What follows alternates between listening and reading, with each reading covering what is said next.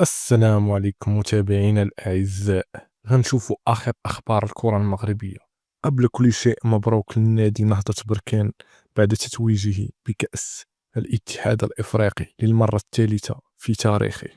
وغنبداو بنادي الوداد الرياضي، والخبر الأول هو أن المباراتين الوديتين اللي غتقوم بهم الوداد الرياضي ضد كل من إشبيليا الإسباني وبورتو البرتغالي اللي غيكونوا يوم 27 ويوم 31 غيكونوا مباشرة على قناة الرياضية اللي أعلنت الخبر على مواقع التواصل الاجتماعي.